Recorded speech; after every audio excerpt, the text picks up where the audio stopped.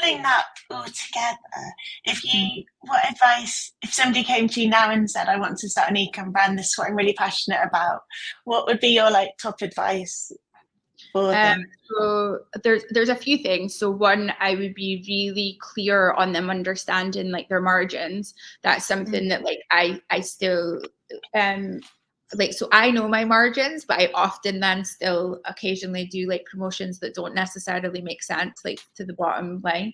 That's silly of me.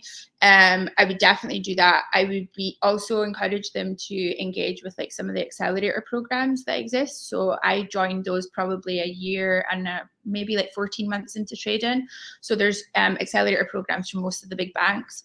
But there's also like local accelerator programs depending on your industry. So I don't know necessarily about ecom, but what I'd be doing is speaking to as many ecom people as possible. And don't be scared, because I'm in a group now of around 30 brands, maybe more than that, done by someone called Jonathan Lundy. He set it up because he works with a lot of brands. And so we all now ask each other questions, loads of questions. So it'll be like, hey guys, has anyone done this?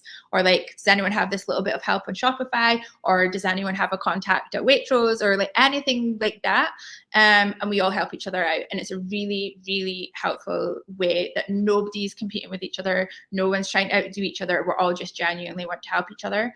And if I don't think there's been a question asked in that group that hasn't been answered by someone else, because everybody's all at different stages in their business. There's some big brands in there. There's some tiny brands.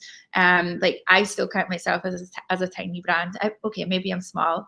I keep calling it the toddler. So it was a baby in the first year, and now it's the toddler. So it's toddling. It's starting to learn how to walk on its own. So yeah, I would just encourage you to like, don't be sitting in your room on your own building your ecom brand. Is connect with other ecom owners, even if they're just 6 months ahead of you, because you'll be able to learn from them.